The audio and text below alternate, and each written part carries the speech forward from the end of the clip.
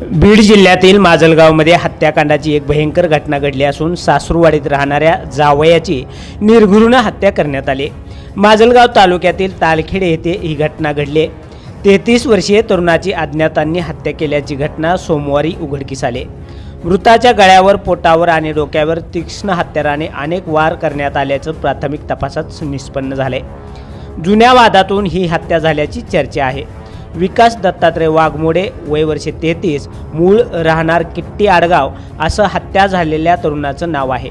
काही वर्षापूर्वी त्याने तालखेड येथील अरुण नारायण राऊत गुरव यांच्या मुलीशी प्रेमविवाह केला होता। सासू सासऱ्यांचं निधन झाल्यानंतर विकास हा गेल्या 5 वर्षापासून सासरी राहून त्याच्या शेतीची देखभाल करत होता। रविवारी सकाळी तो नेहमीप्रमाणे शेतात जात असल्याचं सांगून घरातून बाहेर पडला, मात्र रात्री उशिरापर्यंत तो परतला नाही। त्यानंतर पत्नी आणि नातेवाईकांनी त्याचा शोध घेतला, पण तो सापडला नाही। सोमवारी सकाळी तालखेड जवळील खंडोबा वडी परिसरात विकासचा रक्तबंबाळ अवस्थेतील मृतदेह आढळून आला।